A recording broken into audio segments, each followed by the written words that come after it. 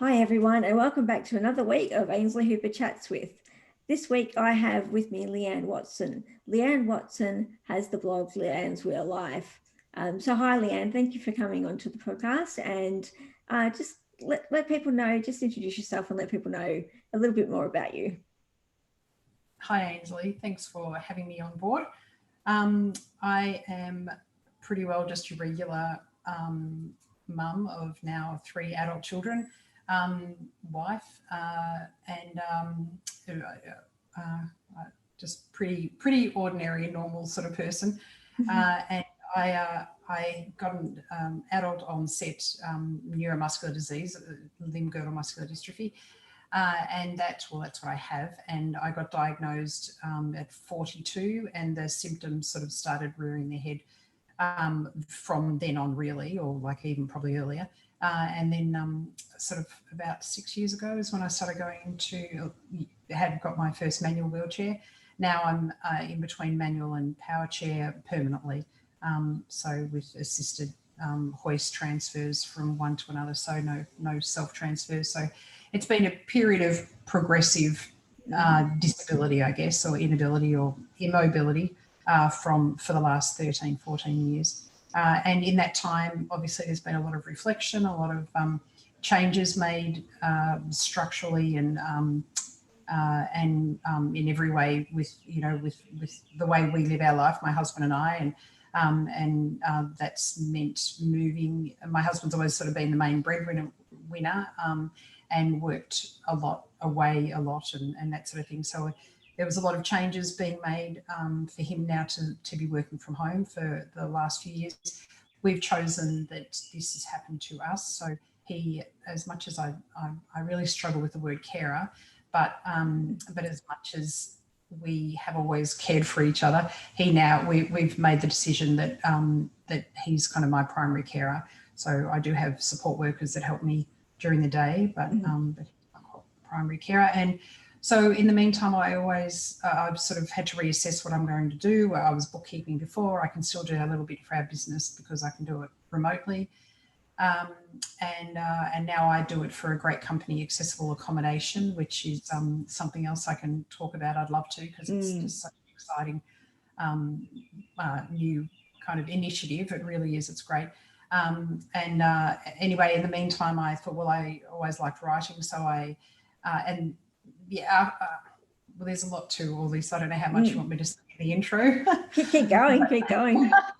All right. So I guess that there's a lot to think about. You kind of what your expectations were for the way your life was going to be. Obviously, changed quite dramatically, as many millions of people have found, whether it's disability or not. Some there might have been a death in the family, or or their money was lost, in some scheme or whatever. But so for me, there was a lot like, it was kind of about the time I was approaching the kind of empty nest sort of thing.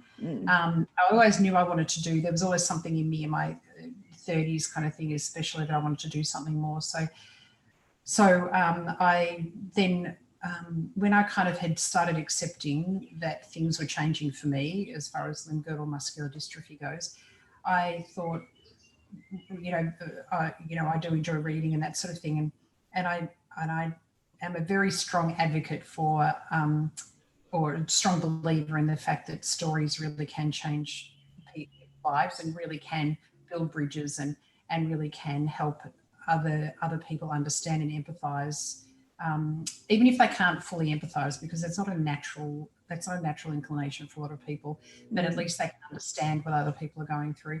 And I personally have always been interested in other people's lives and, just sort of reading people's stories and things. I think it also builds a lack of you lose a lot of judgmentalism, I think, by understanding how other people live. Anyway, for all those reasons, I thought, why don't I write a blog? Plus, I also like mucking around with technology. I'm fairly limited, but I still, like setting up a website was really quite fun and challenging. It still is, and it crashed after the first year and that sort of thing. And then even finding things, anyway, so I started the blog and I thought I'll just share my experiences. and just see if that, because that's sort of cathartic for me, and then I can reach out and kind of connect with other people that are in a similar boat to me as well, and also hopefully they will find a bit of peace or a bit of comfort kind of thing in knowing that they're not the only ones sort of going through a similar event, chain of events kind of thing. So so the blog started, and then I thought, well, the bookkeeping was still there. Yeah, that was fine. But as my mobility decreased more and more, so it starts with Limb-Girdle Muscular Dystrophy. It's muscle wastage. It starts around the hips. It's the and thighs, and then the last sort of part is sort of your shoulders and arms and things. So my arms were still fairly mobile initially. So I was still continuing with my sewing. I was quilting and making bags and things, much earlier on clothes and stuff for my kids, just like basic, jammies and that sort of thing. So I was doing that, and then you sort of consider, well, should I sell some to markets, that kind of thing. Then I took up an interest in photography as well, so I was doing a few courses with that. And was really had my eye set on this the great new Canon DSLR, and then found I was getting heavier and heavier to lift the camera, let alone kind of like lift my arms up with the camera and everything. So I sort of had to wave goodbye to that. Along all that came giving up cooking, which was really, I think, for a lot of us, cooking, a lot of mums in particular or whatever, cooking is kind of pretty important to us, just being able to provide when people come over. That was important to me anyway. So I my husband, fortunately, is a great cook. He's much, much better than I am with, especially with the savoury dishes. So he kind of took up that slack, which was great, and it still is. Anyway, so the cooking went by as well, and then gardening as well. That became a chore, and then impossible. So I thought, well, I need to do kind of something else. So I've got my blog. I'm sort of setting up the website, and then I thought, well, uni is something I had thought about. I never went to uni, when I should have. So I thought, well, why don't I go to uni? So I started a bachelor. I'm hoping to major in sociology, and either minor or major as well in anthropology. So nice. Interesting, yeah. So they're both great subjects. So I fully. And I'm a deacon like you were as well.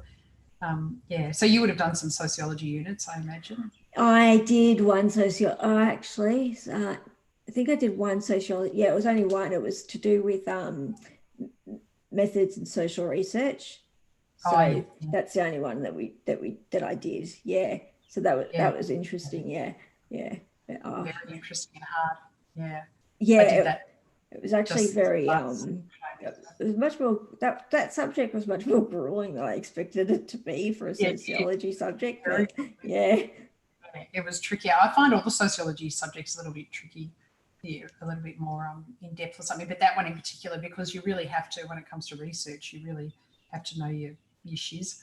So you have to be very detailed and very critical and analytical and that sort of thing, thinking. So I found that grueling as well. Yeah. So with your degree, so what's your degree in? It's well, I'm halfway through it, so I'm hoping to finish by the time I'm 60. Yeah. I've decided we're having our first grandbaby in February, so nice. I'm kind of cutting things back a little bit to be able to enjoy all my life. I don't want to, as much as I really love the subjects I'm doing, but I don't want uni to start feeling like it's, a task, sorry, what you're saying. So it'll be hopefully sociology is my main kind of interest, and anthropology. It wasn't until I started uni that I realised I really enjoy anthropology as well. So, and they do nowadays. Anyway, it was a few years ago you did yours, but now some of the units kind of overlap a little bit. So and that's a funny thing, because I talk about anthropology. Like I've read so many things about it that it's the subject that people just happen to stumble upon. So it's not something that people generally aim to do, but once they actually get to uni and they're doing a Bachelor of Arts or something, they'll pick it up as an elective, and then they'll be like, so that's what I want to do. And so it seems to be like that happened with me. And so it seems to be quite common across the board. Right. What did Yeah. you think you were going to do when you So started uni? I Oh, yeah, I started uni in my oh, I was 20, no, 25. Oh, hang on. I'm trying to think. It was in 2005. And anyway, so yeah, let's say mid 20s. Anyway, yeah, I was 26. Okay. So yeah, so I started my Bachelor of Arts. I was in hospital at the time, and I just got out of hospital after a long, about a year on and off stay. And I decided my brain, I could feel my brain going to mush. And I was like, I need to do something because I just can't sit here, watch TV. And that's all I was doing. I was lying in bed watching TV. So I thought, okay, I need to do something. So I decided to enroll as a mature age student because back at like in high school, I didn't get the grades to get into uni. I only could do TAFE. So I was like, okay, well, I've always wanted to study philosophy. I'll pick up philosophy. So that's when I was like, so I did my Bachelor of Arts majoring in philosophy. And that's when I got up to the end and it got to the next year where I had to choose other subjects. And so I looked at the description of anthropology and I was just like, that sounds cool. That sounds kind of like what I've been interested in watching, the documentaries about other cultures and stuff. So, oh yeah, I'll give this a go. So I gave it a go. And the very, very first class, I did all mine off campus, and I'm still doing it off campus. But the very, very, very first class, I remember hearing the guy talk, the guy who ended up being my honours supervisor, talking about, I believe what I was hearing was he was actually in his doctoral gown, and so he was just basically talking about the rituals of university and so the history, and so just and hearing it all, and I was just like, oh boy, I need to do this. And so that's when so I ended up doing my honours degree, and I'm just like literally today I'll be submitting my expression of interest to get back into PhD. So I was going to start doing it again. Yeah, it's been, the PhD has sort of been on and off for a few years. I started it, had a nervous breakdown, which was due to external things, which I'm not going to go into. But yeah, so I started that. Then I decided it got to be a task. I'm like, okay, I can't do this. I need to step away. So I stepped away, and then this year, certain things like starting my business, starting to sort of see things through different lenses. I contacted one of my lecturers and I said, okay, I need to get back into my PhD. There's something I really, really need to study. And so I was going to start that at the start of the year. Then COVID happened, so had to put it on hold. But yeah, so we're now back in talks again, and I'll be hopefully starting in January. So yeah. Oh, good on you. Yeah, Really, really excited about it. Yeah. So yeah, that's great. Yeah. I think Deakin have done pretty well providing the flexible online study. I think a lot of unis are hopefully. They've been fantastic. I mean, for example, I know that when I went to, like, there's been anthropology seminars that we go to, and I went to one night, and there was an anthropologist from America, and we were talking, and he said to me, where are you going to do your PhD? And I said, Deakin. And he's like, really? I said, yeah. It's like, we were sitting, with other Deakin staff. And he said, because usually they tell you not to do your PhD at the same place where you've done all your other stuff. But for me, I know these people, they know my passion. And so for me, I just, going anywhere else for me is just not something I even want to even consider. Yeah. Yes. Yeah. Oh, that's good. Yeah, that's great. Yeah. That's really so tell me a bit about your work with accessible accommodation and all that, because that's really exciting. Yeah. It really is. Well, the founder of it, Kerry Williams, her and her husband, co-founders, that she's got personal experience through a family member of disability, and it's made her realise, like going on, family vacations and that sort of thing, made her realise just how difficult it really was to, to get. It doesn't matter how much you ring up beforehand and qualify a property. people who either are completely disinterested and just don't really care that much, or people who genuinely, because they've never had any experience with disability, don't understand what you mean when you say, are there any steps at all? That, you find, you ring up, are there any steps at all? Well, yes, there's one, like to them, a 2 centimetre step is no step at all kind of thing, and to a lot of people. So anyway, that happened to her a few more times. I'm sure you've had it. You're smiling away. Oh yeah. I've certainly had it just in my short, 6 years of 6 years, since being in the manual chair. And bathrooms that, just really, the doorway's just not wide enough, or, it's not a roll-in shower. It's got, there's the screens around them and everything. So there's no room for for anyone to go in and help, the person shower and that sort of thing. So, so Kerry's Kerry started up with accessible accommodation. So we have a listing now of close to 150 properties around Australia. Wow. And we're growing them every week. That they either have subscriptions with us, and on an annual basis. So it's a one-stop shop basically. So if you're looking for accessible accommodation in the Sunshine Coast, for instance, or we haven't got anywhere in Broome yet. I'm just trying to think, or South Australia, whatever it might be. Then you plug that into our, there's a whole filter type thing that you can use, and then you can scroll and look for the accessible, the accommodation that's right for you. So what we've got is three levels of accessibility. So you can be you can look for either assisted walker, assisted ambulant sort of person, assisted wheelchair user, which would probably be you, it's definitely me, and independent wheelchair user. So she's got the little icons kind of underneath each property, so you can kind of see that's the kind of up front, you can see that, but then underneath there's a whole series of photos, including the ones that we all need to see, which you never ever see on normal hotel websites or anything. The photos we need to see of bathrooms in particular, toilets, bedrooms, to see where there's hoist clearance, that sort of thing.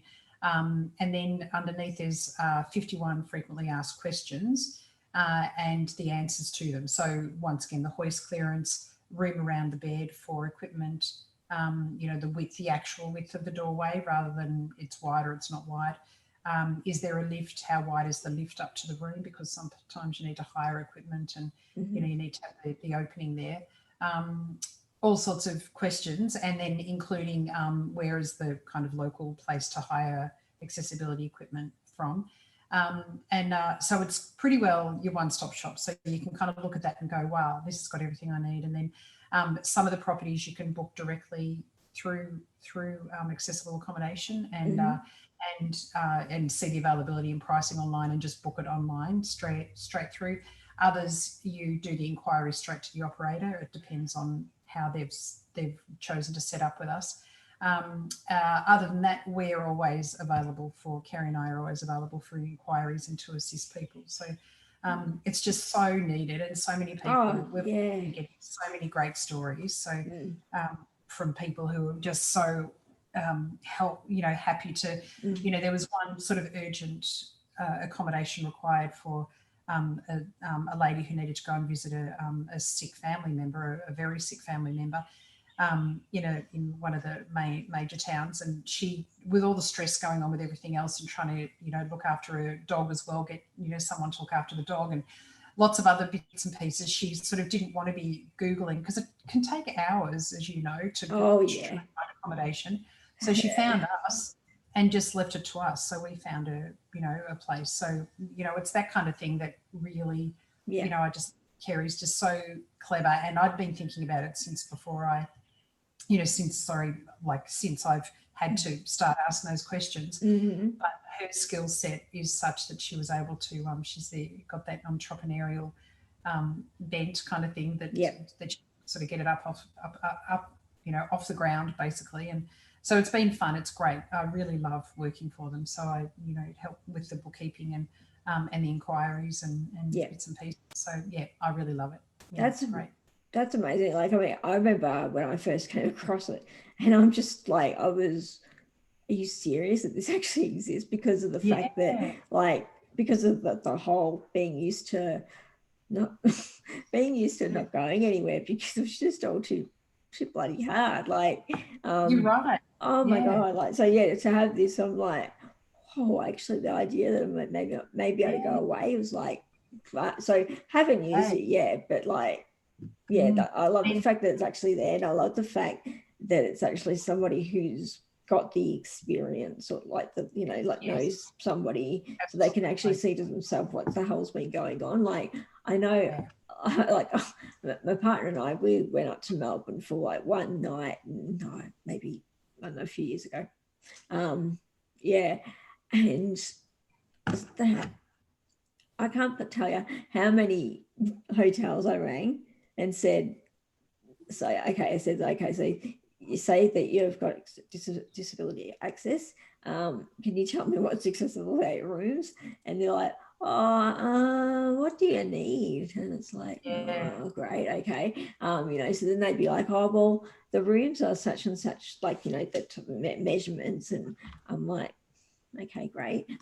That doesn't tell me very much. And then we booked at one place which I had on their website an accessible room. So I thought, cool, okay, great. So I booked it. We got up there. I went to go into the bathroom. Couldn't get my wheelchair through the walk. Oh no! And I'm like, you've got to be kidding me. Oh, yeah. Well, if you go straight to our website now, we've got quite a few Melbourne accommodation places. Nice, so, yeah, because like all the measurements are there on your page, on the nice. page. Because that's what we got. Like, that's what I needed at the time, because like got there, bathroom, couldn't get the wheelchair through. Like, you're kidding me. Right, great. So got onto the concierge. The guy at the desk, like, I got onto him and he said, and I'm more assertive now than I was back then. Back then I was, and I said, we booked the accessible room and I can't get my wheelchair through the bathroom door. All the rooms are like that, was his answer. I was like, great. So and I didn't say this, but I was like, how the hell is this accessible? Yeah. And I hung up because I didn't want to make a fuss. And my partner's like, what happened? So he rang back, and then suddenly we had the boss concierge come up. It's like, yeah, you've been put into the wrong room. Here's the right room. And you know, the other guy, we went out later to go find food, came back, and the guy just couldn't look at us. It's just like, yeah. He couldn't even be bothered finding out, obviously, that guy. I just think he just didn't know, just didn't maybe just didn't know, so care, or I don't know what it was, but it's hard to know, but well, this hopefully will, you know, our operators that are with us are fabulous, and they're really, it's just so heartening to see that, you know, so many operators really are interested in providing for, you know, people with disability. And as you know, you've spoken before with other people, with other guests I know, and we all know, like, there's, you know, anywhere up to 20% of people with some form of disability or another. I know it's a lot lower when it comes to sort of people like me with assisted wheelchair, but it's still 5 to 7% of the market or something. And you know, when we're getting more kind of affluent, the older generation are more affluent as well, and you know, and now with NDIS, we work a lot with support coordinators, a heck of a lot. So it's a really good coordination between us, really, that we can really assist them with, you know, with providing it saves all their legwork too, kind of Googling all the time customers. So we've got we're just about waiting on the interminably long process of NDIS accreditation. We're past everything, all the audit and everything. It's just getting the numbers, you know, the actual number. So we're really, you know, it's great. We fit in with people's NDIS plans really well. Right. Yeah, it's such a well-timed and needy sort of definitely what's the word, service that we provide for people with disabilities and their families. Thing too, so because I remember like seeing so I'll just quickly tell people it's so it's accessibleaccommodation.com.au, is that right? Yeah, that's it. Yes. Yeah, because I remember seeing it on LinkedIn, Facebook, and where else is it? On Instagram. Yeah, she's got. Oh, and there's also there's also a Facebook page, the Accessible Group. Yeah. Because I Yeah, remember at the time when it was the bushfires, and yes, so Kerry was like, trying to get people into temporary accommodation. yeah, It was just amazing to see how it all like came yeah. together so quickly for people. Yeah. That's right. Well, that's right. We were one of the prime resources on the DHS website for Wow, that's that. awesome. Yeah, for emergency relief, Mm. and we still provide that to a certain extent. Like we still get sort of people from those organisations as well. At different times. So Yeah. so it's the more people, anyone who's got an accessible property, an investment property, Mhm. we should contact us, because we would, not only would it would help their, Yeah. definitely we would be able to help them economically, Hmm. but financially, whatever. But they'd be doing such a massive service. Oh, absolutely. Kerry Yeah. could talk to them about, just how they make their how they can make their property a bit more accessible. And Hmm. because we've got 3 levels, it would obviously be really ideal if everyone could have the top level, including ceiling hoists and all that kind of stuff. But that's not Yes. always going to happen. Mm. But roll under basins and just the open plan shower, they're more and more common anyway when in new builds and houses generally. And ramps, ramps really aren't very expensive at all, and sometimes that's all a house might need to. Yeah.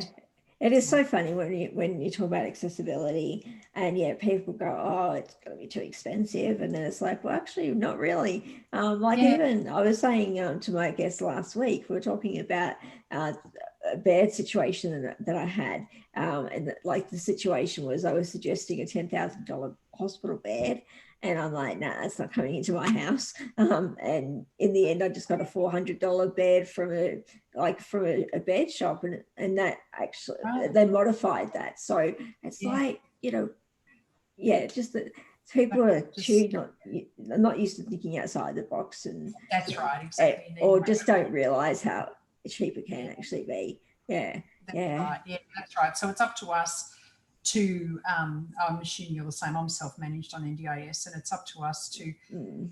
to kind of take, responsibility and kind of, kind of think outside the box for ourselves. But then Yeah. what I find absolutely invaluable is a really good OT, like occupational therapist. There's so many around now. They're not all fabulous, but, one you can, keep kind of interviewing sort of thing. And finally, the one that I've got now, he's just really great. Like he really tries very hard to think up all the different options and things, Yeah. and Yeah. you know, and you need obviously to have a good rapport with them, and that's what, Absolutely. Yeah, yeah. that's So exactly right. Yeah. that's Yeah. about. So the more of us that are thinking outside the box, then hopefully the more these sort of services like accessible accommodation, like kind of $400 beds that don't even need to, that they might be produced with already with your modifications, because so many people have needed to do it, Mm. kind of. That Yeah. would be, that's the ideal scenario, really. Yeah, Yeah. exactly. I wanted to talk to you about just with your disability, or your condition. What was so prior to that? Had you had any exposure to the disability world, I guess, or anything? Nothing at all. I have Right. nothing. Yeah. Like so many of your guests that, and I think it was Ruby, was it, that Yeah. her family, her mother was in disability support or worked I with a think disability Karen. sector. So Karen, Yeah. Karen, yeah. Yeah. There's been a few. So I've never even worked, or none of my family have even worked in the area of disability. So I really was, led a very sheltered life, I suppose, in Hmm. that regards to that. So Yeah. maybe that's why it was sort of, having said that, like no, I really did. So it was kind of a bit more of a shock, I guess, to think, because maybe part of the, you might unconsciously have this sort of bias that, well, that happens to other people. Mm. It's not really, Yeah. it doesn't happen to me. Although I've always had this sort of uncanny, un, uncanny, strange sort of feeling that nothing, that this is pretty weird, but nothing strange is, nothing kind of really tragic has ever happened to to me in my life around me. I've been very lucky, no, deaths of parents at a young age, or, that kind of thing. But I had this feeling that wasn't going to last. Like, you know what I mean? It's kind of like this little tap on your shoulder that something might happen. And I use the word tragic, and I've had this sort of the last few years to really reflect on what I mean by that. So what I guess what I mean really is life changing. So I don't actually consider it a tragedy that I've got limb-girdle muscular dystrophy. I genuinely don't feel it's a tragedy. It's not ideal, and I would, obviously give anything to be walking, because it's fun to walk, and you use and you can feel all the grass under your feet, and you get your blood circulating, so you don't have all those other problems of sitting down all day every day. Yes. As you know, that would probably. But so I don't actually think it's tragedy, but it's definitely life altering. It's undeniably life altering for not only me, but my husband in particular, and then friends and family all around me. But once again, that always, whenever I think like that too, it always makes me brings me to realizing just how privileged I still am in so many ways to, not just to be born white, but to be born in Australia, to have NDIS. I think we're, for all its faults and all that kind of thing, and I think every government program will have faults. Yeah. You can't ever avoid that. Yeah. But I think we've been so extremely lucky to even have access to that sort of help and assistance. And it's definitely NDIS in particular has made a huge, and my friends and family, my friends in particular, that have just helped me from the get-go. They've been really help, like when I first started needing help going to the toilet, for instance, pulling my pants down. I had quite a few girlfriends who are very happy to do that. It's just matter of fact and whatever. So I think, one particular special girlfriend who used to help me with the gardening when I couldn't do it anymore. So she'd come over and go, okay, you've got your list. Like, what do we pot today? What are we doing here? And so I always acknowledge that, just how kind of privileged I really am. So at the moment, it's life altering, but it's not a tragedy for me. But I can see how disability can be tragic for many other people who unfortunately might be my position. But so I hadn't had anything really much at all to do with disability beforehand. But I kind of feel like I wish I had a lot more, and that's where I sort of trying to think where I can help, where I can fit in, sort of thing now. Because you do kind of feel like that sort of burden of not burden. You feel like that obligation now that that I now I'm aware of it and I'm capable, that I should be helping people come to terms with maybe helping the greater population have more empathy towards people with disability, something or other. So I still think there's still more, maybe something out there that I can be doing. But absolutely. But we've all got our different personalities too, and and some things fit better with some personalities than others. How we, when we were talking about advocacy before, we all advocate differently. But I think you and I are probably similar in that we do advocate, but it's not, it's just differently than maybe than other people. I think when you're in the public eye and you're speaking disability and you're expressing you're just speaking about disability full stop in many ways, that is advocacy on its just then and there, I think. It's making people aware of things, and that's where I've I think at the start, when we were talking about it, when I first got called an advocate, my thing was I didn't want to be there's people like Carly Finlay, as you said, who's out there, and other people out there that are really doing work. Beautiful, great work. And it's so I didn't want to be sort of put in that category because I'm not doing as much.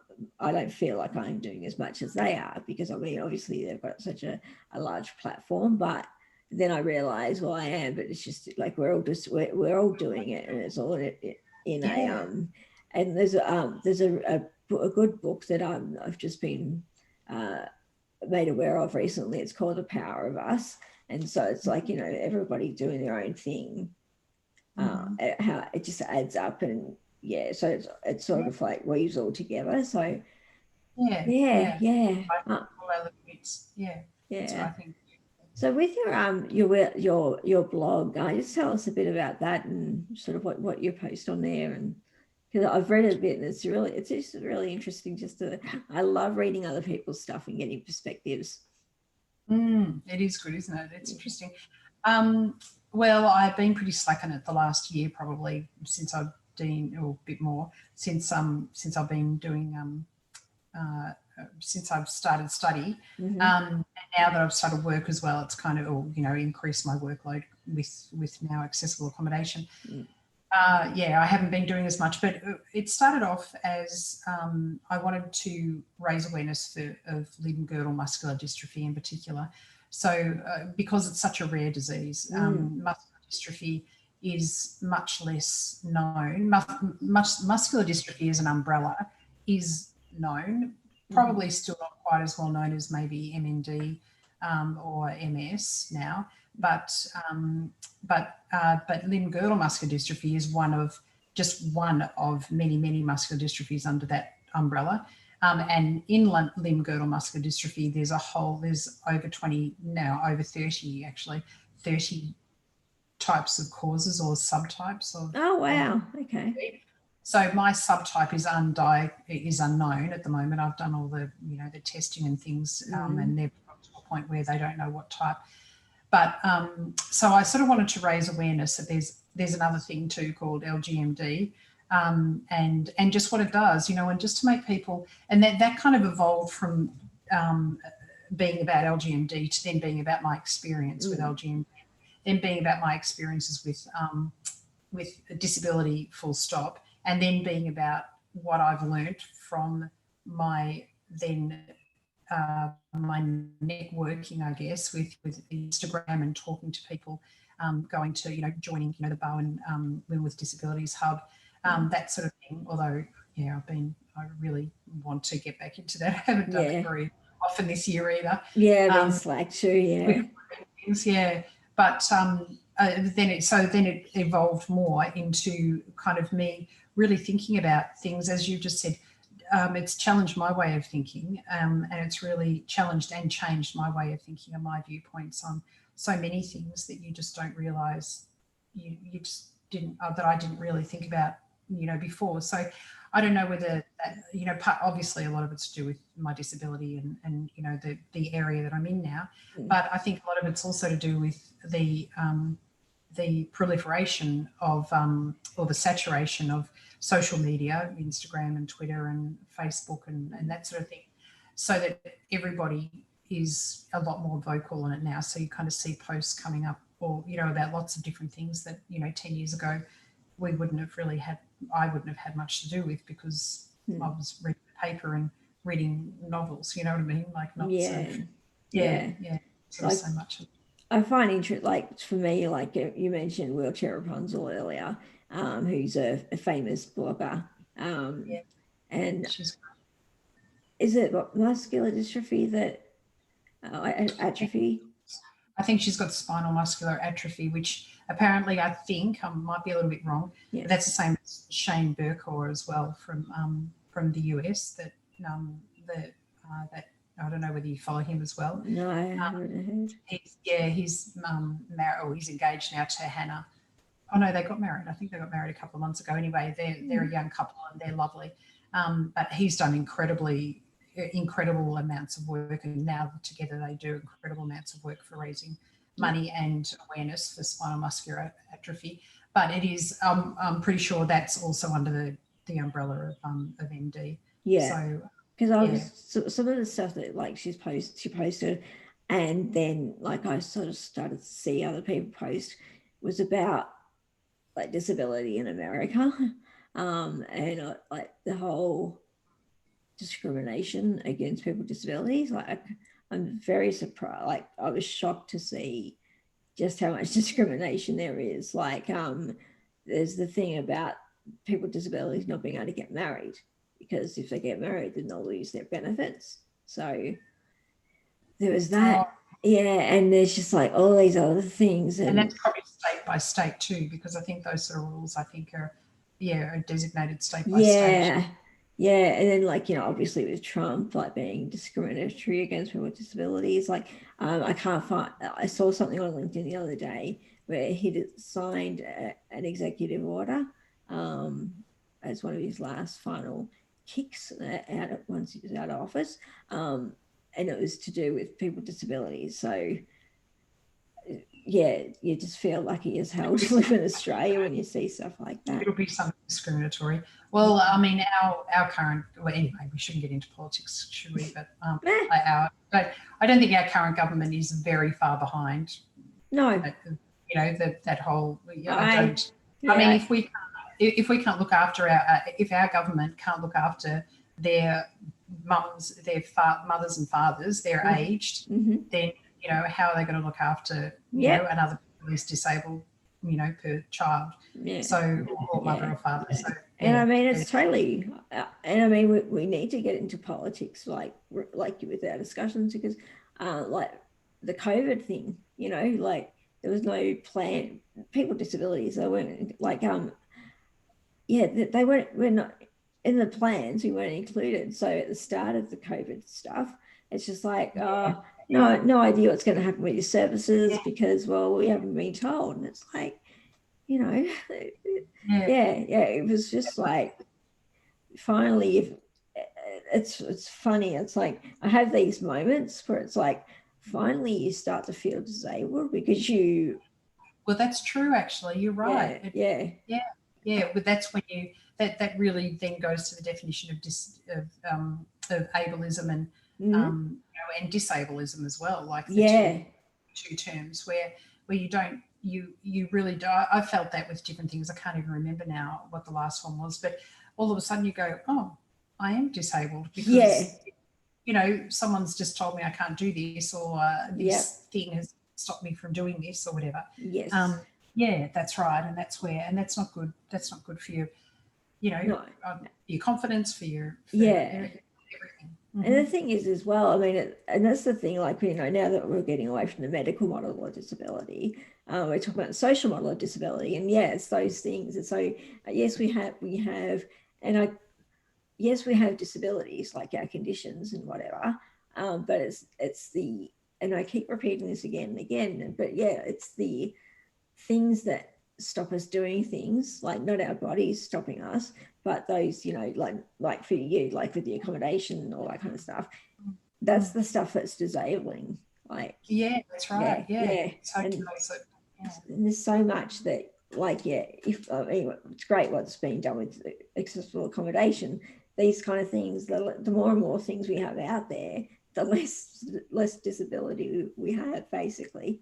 That's right. That's right, exactly. And it's all accepted, and the more that happens to it, the more it's accepted by the general population. Yes. Not in a look going, oh, we've got to provide another wheelchair for that person over there. It's just kind of like, exactly. And then they'll be like, oh, so I get it now, and like I get why.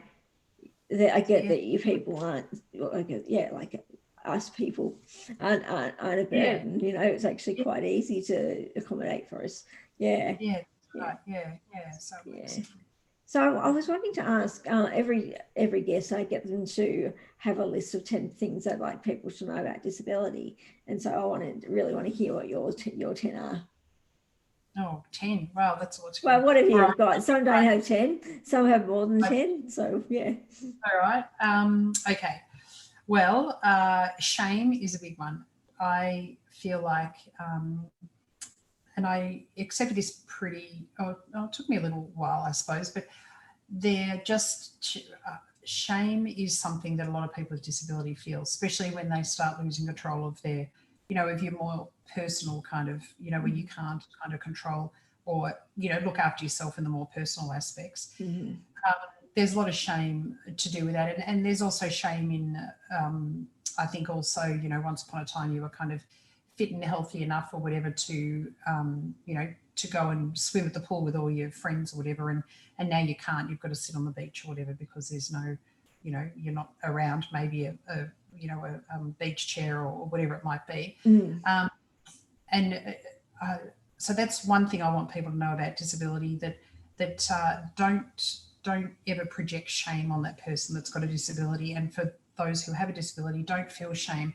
To me, shame is something that you should feel if you've done something was abhorrent, like it was wrong and you shouldn't have done it. Maybe you should feel ashamed of yourself for that, but you should never feel shame for your body part being human, and being human means that there's many fallible parts of your body.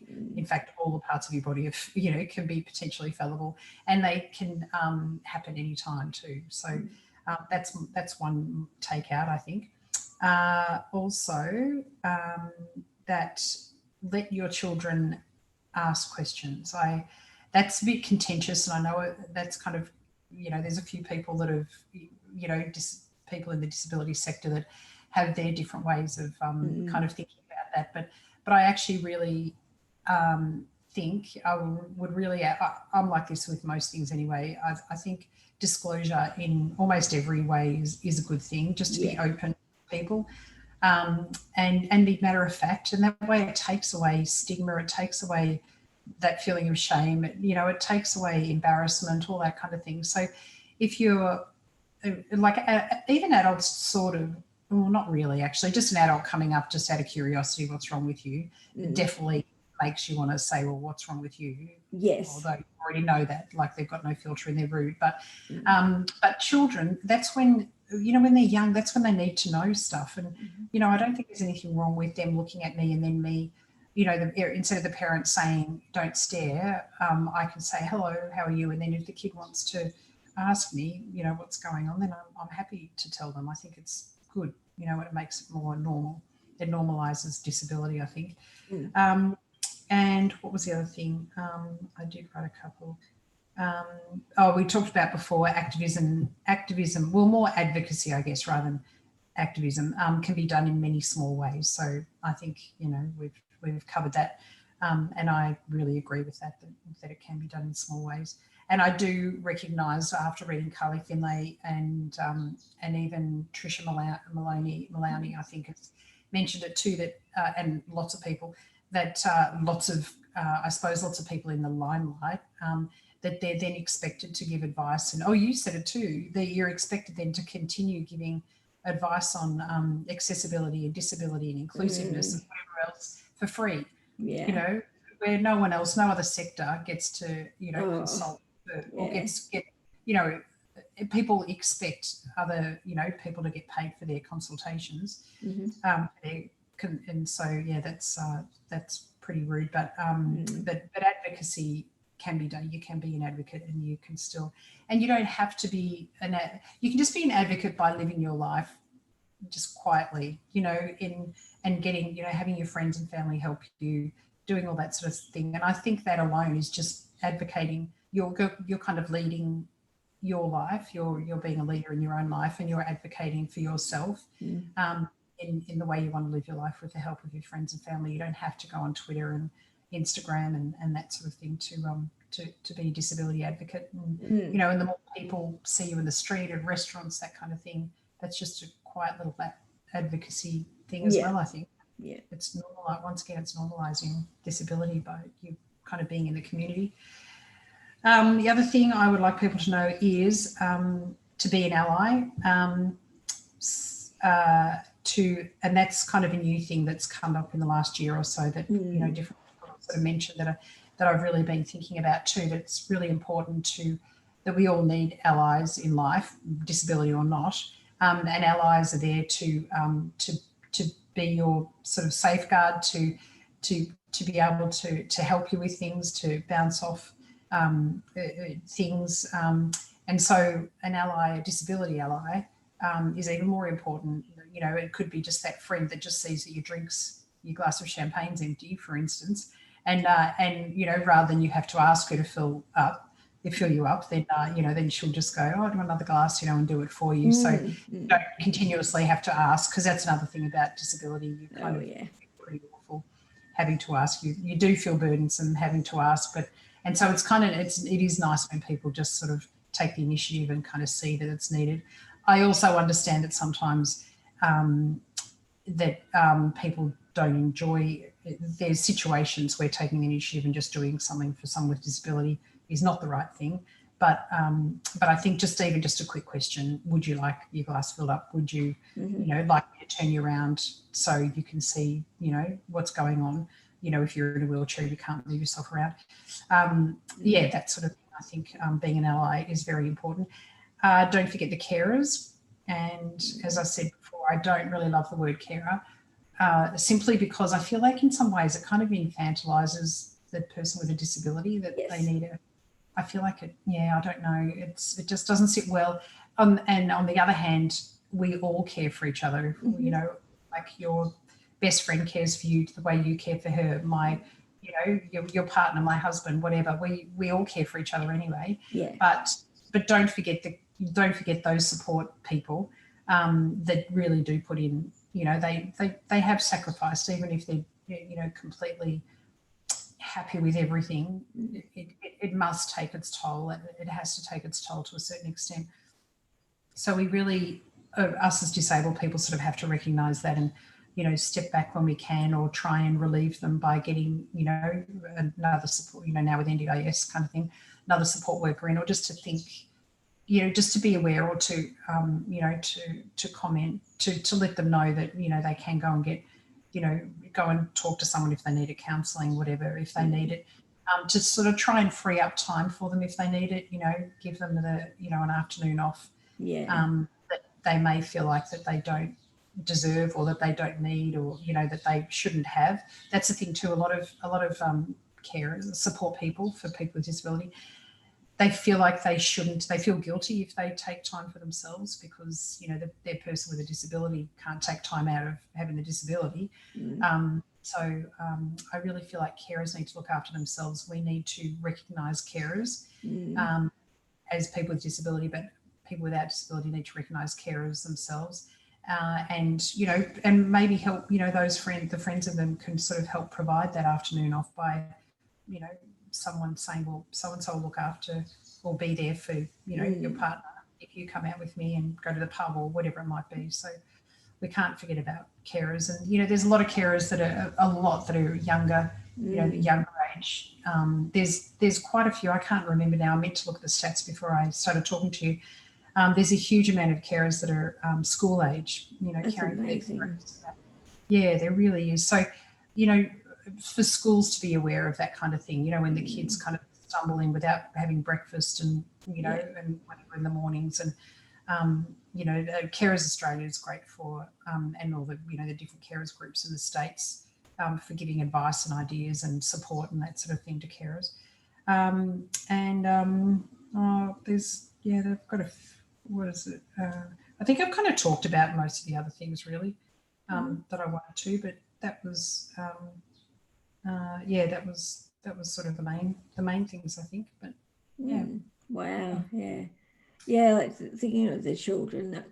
I remember seeing like things like, say, on the Current Affair and stuff of like kids, like even like an 11-year-old caring once, and it's just like, wow, it's just fascinating to see. That's right, exactly, that they take up, and it's just and you do really admire and respect that, but you also want them to have that kind of childhood experience. Be children. But you can't help but think just how well balanced and how responsible and lovely they'll turn out. Absolutely. What great adults they'll turn out to be, and that's what parenthood's all about, producing great adults. So that's true. Well, thank you so much for being on today. It's been really great to talk to you. Can you just tell people where they can follow you on social media? Oh yes, leanneswelllife.com. LeannesWhelllife.com, and I'm on Instagram and Facebook, and I've got my blog. If you go to that website too, you can subscribe and get more blogs, which I'm hoping to write more of over summer too. I've sort of been collecting ideas and trying to get them down, but we'll get there. Yeah, I'm the same. I've got like a list of 20 ideas that I just still haven't blogged about. So I'm starting to churn a few out a week. It's just been, it's been interesting. And also,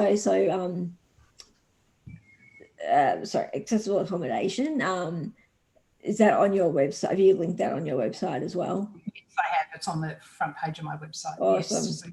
Yes. So, you can get accessible accommodation from my website too. Excellent. Well, again, thank you so much for coming on. It's been really great to talk to you.